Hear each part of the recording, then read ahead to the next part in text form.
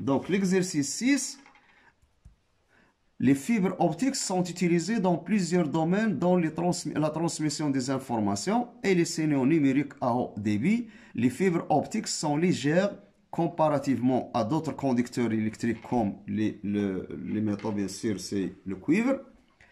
Élastiques et conservent la qualité du signal pour de longues distances. Donc, si l'on compare aussi aux d'autres conducteurs, donc ils sont légers et ils conservent la qualité du signal. Donc, c'est mieux d'utiliser le fibre optique de lieu d'utiliser deux autres conducteurs. C'est bon. Le cœur de la fibre optique est constitué d'un milieu transparent comme le verre, mais plus pur. Donc, si on a la figure 1, ça représente une source laser qui envoie un signal ou une onde lumineuse. Donc, si on a une onde lumineuse, cette onde lumineuse est reçue par un capteur R1. Le rôle de ce capteur, c'est de transformer l'onde lumineuse en une onde électrique pour qu'il sera reçu par un oscilloscope. Après, l'onde se propage dans la fibre optique, dans la longueur parcourue ou la distance qui sépare les deux capteurs, c'est L, donnée est égale à 200 mètres. L'onde envoyée par le laser, c'est une onde de longueur d'onde L0 est égale à 600 nanomètres, il est donné dans l'exercice. Le deuxième capteur va recevoir la même onde lumineuse et la transforme en une onde électrique qui sera reçue par l'oscilloscope. Maintenant, cet exercice, le but de cet exercice, c'est de déterminer, c'est-à-dire la détermination de la célérité d'une onde lumineuse dans la fibre optique. C'est-à-dire l'exercice, le but c'est de savoir, de calculer, de trouver à quoi est égale la célérité d'une onde lumineuse dans une fibre optique.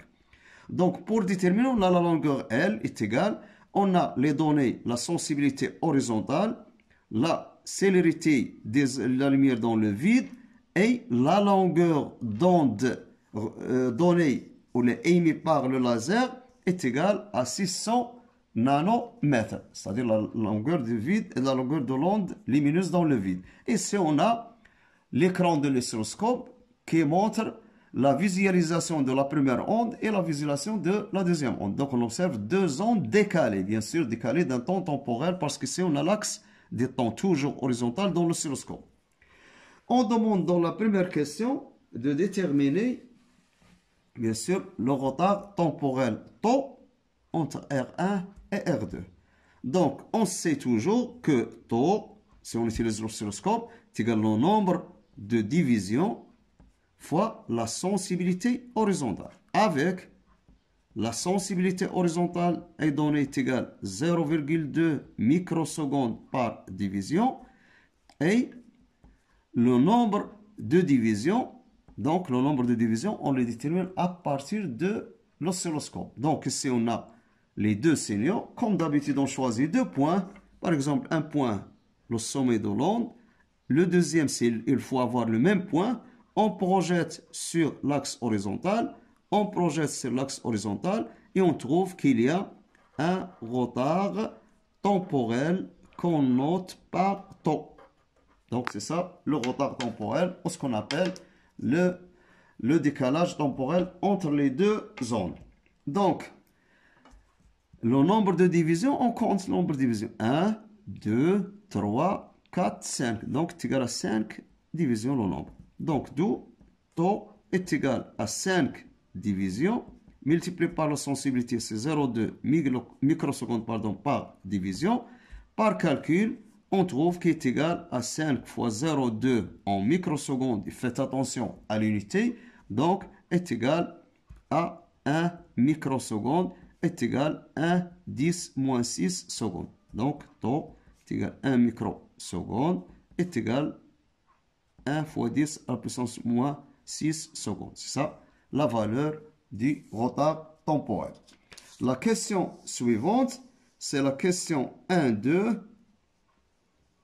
Calculer la célérité de l'onde lumineuse au cours de la fibre optique. Donc, la vitesse ou la vitesse, la célérité de la lumière au cœur de la fibre optique. Donc, on vous demande de calculer la vitesse V. La vitesse de propagation, on va la noter, ou la célérité par V. On sait que on a L est égal à V fois delta T. Delta T, c'est le temps parcouru par l'onde de R1 à R2, qui représente aussi le retard temporel temps. Donc, enfin, on aura L est égal à V fois temps. On cherche V est égal à L sur temps. L'application numérique, donc V est égal à L, c'est 200 mètres. Faites toujours attention aux unités. Le temps, c'est 1 microseconde, mais en unité internationale, c'est 10 à la puissance moins 6. Par calcul, on trouve que la célérité de la lumière dans la fibre optique, c'est 2 fois 10 à la puissance 8 mètres seconde moins 1. Donc, c'est ça la valeur calculée de la célérité de la lumière dans la fibre optique. 1.3, on déduire l'indice de réfraction des milieux qui constitue le cœur de la fibre optique.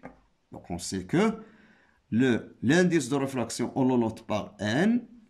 Donc, c'est une grandeur qui caractérise le milieu transparent, le milieu de propagation des ondes lumineuses, et qui représente le rapport, bien sûr on connaît ça, entre les deux vitesses. C'est la vitesse de la lumière dans le vide sur la vitesse de la lumière ou la célérité de la lumière dans le milieu. C'est égal aussi la longueur de l'onde lumineuse au vide dans le vide lambda 0 sur lambda dans le milieu considéré.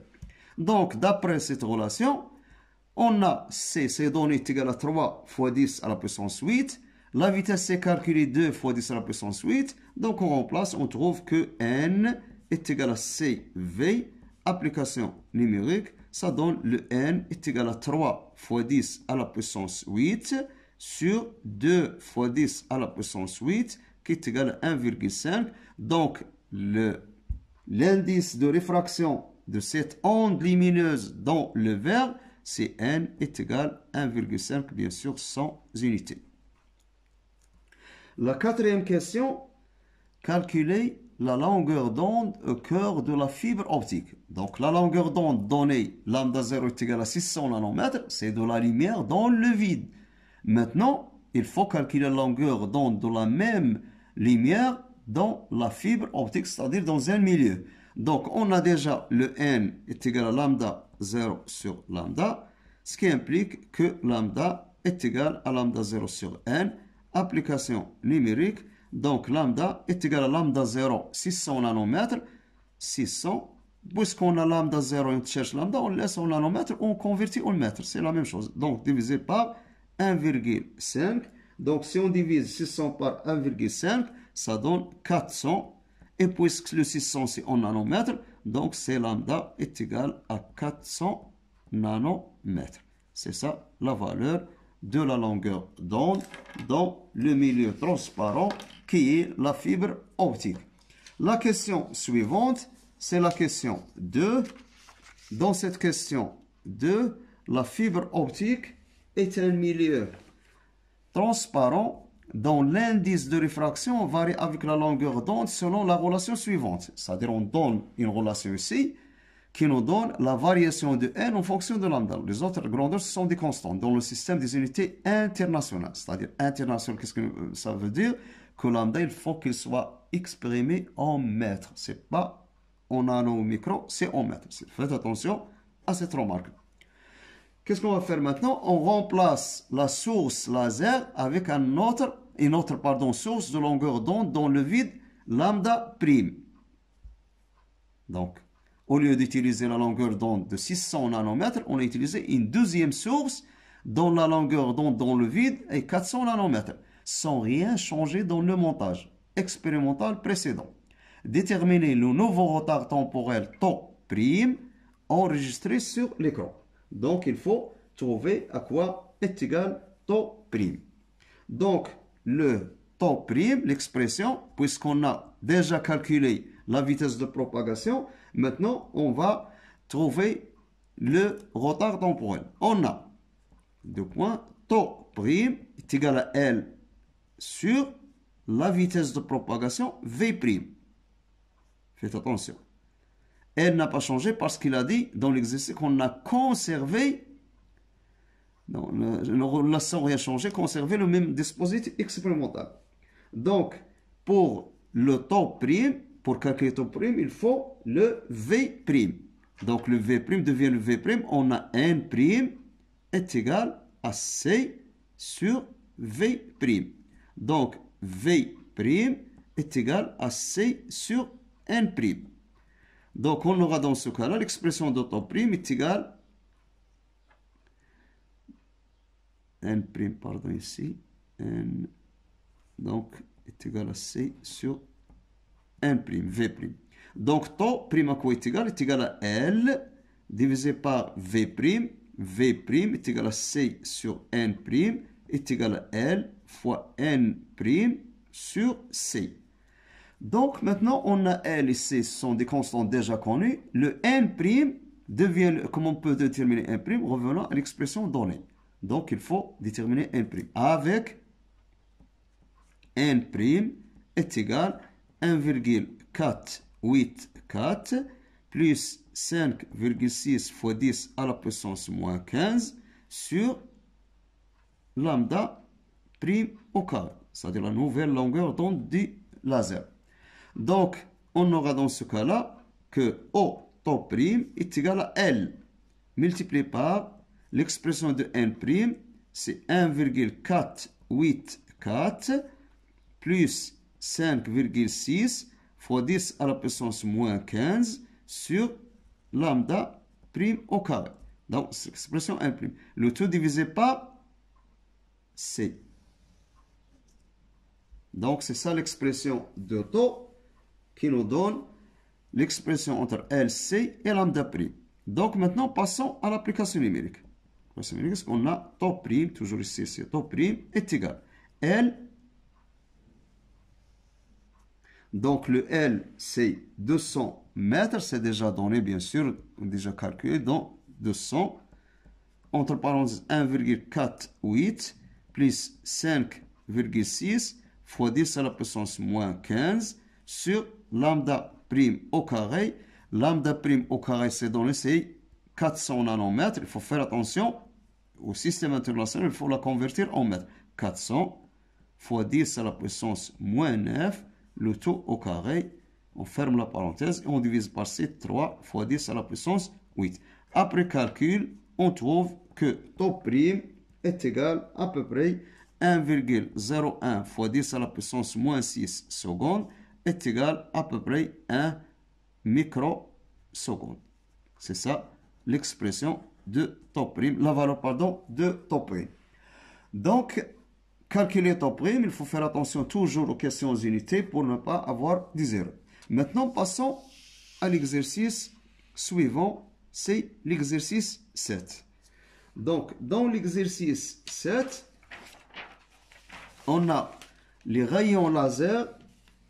Les rayons laser sont utilisés dans plusieurs domaines grâce à leurs propriétés optiques et énergétiques. Parmi ces utilisations, la détermination des dimensions très petites de quelques corps. Lorsqu'on dit très petit, c'est-à-dire qu'on ne peut pas mesurer directement par les moyens connus par la règle ou d'autres moyens de mesure directe. On utilise le laser.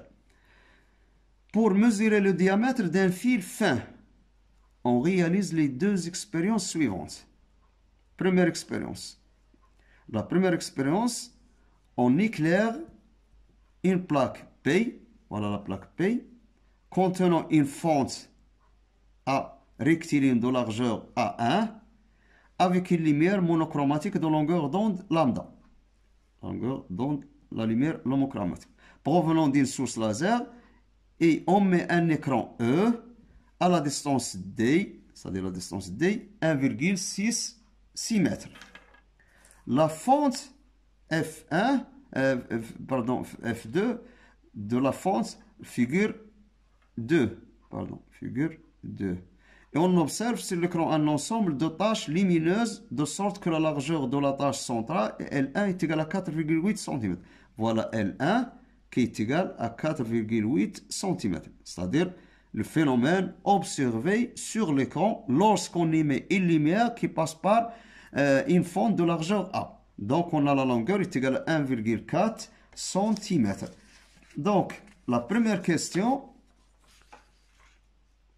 recopiez la figure 2 et complétez la marche des rayons lumineux provenant de la fente et donnez le nom du phénomène mis en évidence par la figure 2 sur l'écran E. Donc, le schéma, la figure, c'est celle-ci. On a les rayons lumineux. Donc, le rayon lumineux qui passe par le centre de la fente passe directement sans subir aucune déviation. Par contre, les rayons lumineux qui frappent sur la partie supérieure de la fente vont subir une déviation dans cette direction-là. De l'autre côté, déviation de l'autre côté. Donc, on obtient dans ce cas-là que les rayons lumineux, lorsqu'ils passent par une fente, ils changent de direction. Donc, c'est ça le schéma qui représente les rayons lumineux après passage par la fente. Donnez le nom de phénomène. On sait que lorsque les ondes heurtent une fente de largeur A, ils changent de direction et on appelle ce phénomène le phénomène de diffraction. Donc, c'est le phénomène de diffraction. Deuxièmement, c'était la condition, une seule condition que doit satisfaire la largeur A de la fente pour que ce phénomène ait lieu. Donc, on sait que lorsque la largeur A de la fente a une grandeur, a une valeur A, il faut faire attention, c'est pas toujours avoir le phénomène de diffraction net, c'est clair, mais il faut avoir une condition. Quelle est la condition? Il faut que la condition pour avoir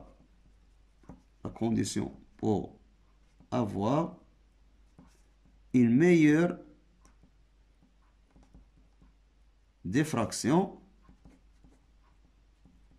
c'est que A soit supérieur à la longueur d'onde. C'est ça la condition. Et une seule condition pour obtenir le phénomène de diffraction ou pour que le phénomène ait lieu.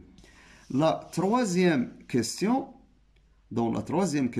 on demande écrire l'expression de l'écart angulaire θ entre le milieu de la tâche centrale et l'une de ses extrémités en fonction de L1 et D. Donc, pour faciliter la tâche, pour savoir comment, par exemple, déterminer, donc on représente ici la tâche centrale, voilà, qui est une largeur L1.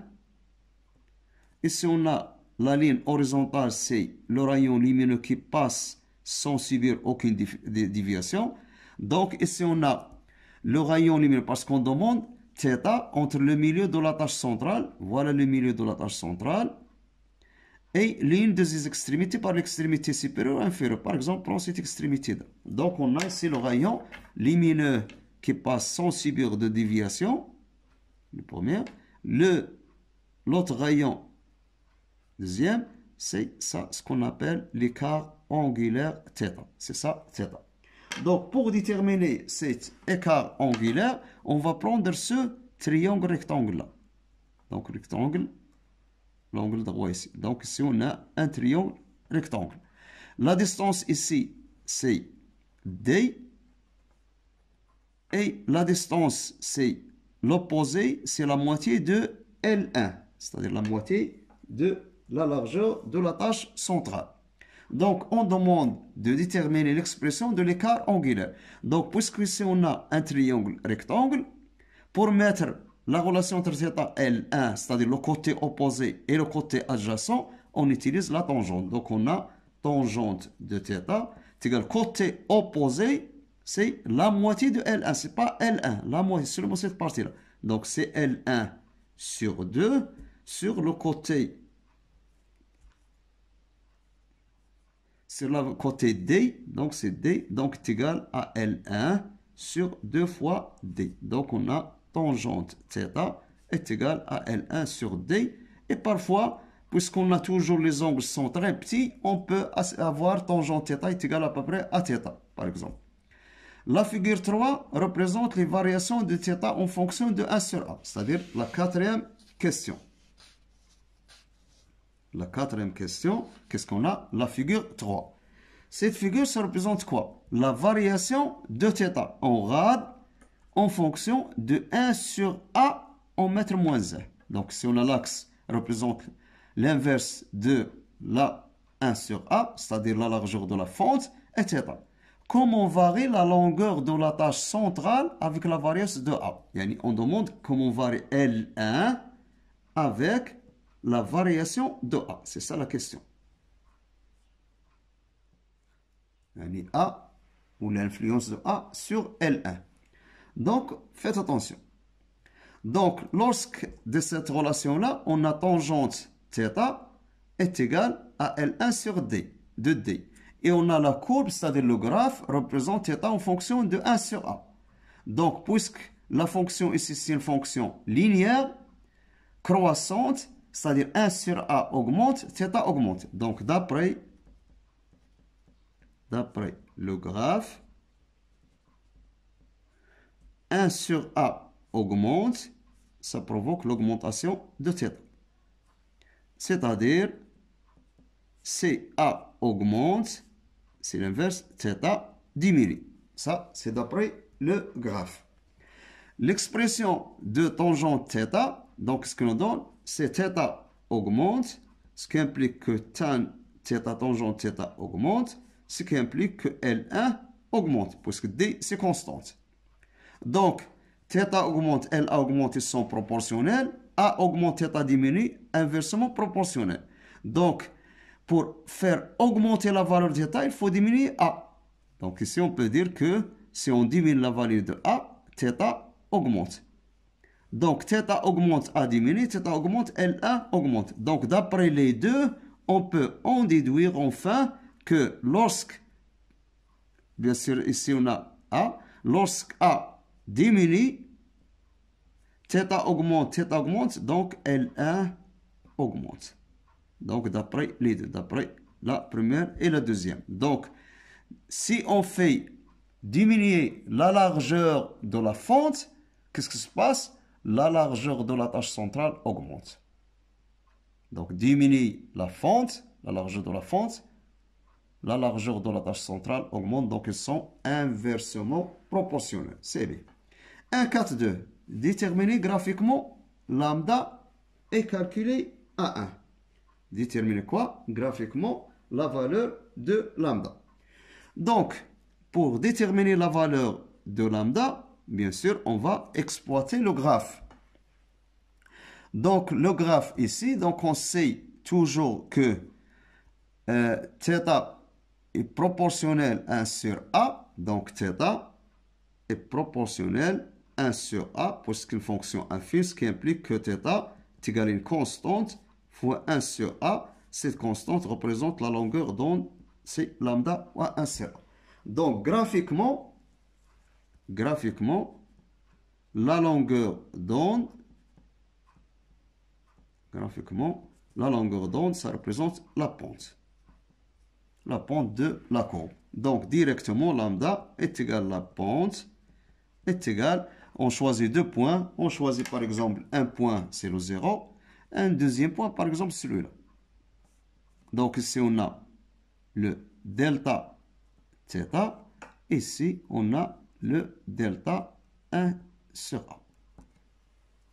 Donc, la pente est égale à delta θ sur delta 1 sur A. Est égal. Delta θ est égal de 0 à 0,2. Donc, est égal à 0,2 moins 0 sur delta de 1 sur A. Donc, si on a 2, ici, ce sera 3. 3 fois 10 à la puissance 5. Ici, 3 fois 10 à la puissance 5. Donc, 3 fois 10 à la puissance 5 moins 0. Après calcul, bien sûr, on trouve que la longueur d'onde à peu près est égale à 6 fois 10 à la puissance moins 7 mètres. Donc, c'est ça la valeur de la longueur d'onde. Donc, on va l'écrire ici. Donc, la longueur d'onde lambda est égale à 6,67 par exemple, 10 à la puissance moins 7 mètres. Donc, ça, c'est la valeur de la longueur d'onde. Et puis, calculer A1, c'est-à-dire A1, c'est la largeur de la tâche, de la fente, A1. Donc, revenons maintenant aux expressions qu'on a. On a θ1 est égal à lambda sur A1 et tangente θ est égal à peu près à θ est égal à L1 sur 2 fois D. Donc, on a deux expressions de θ.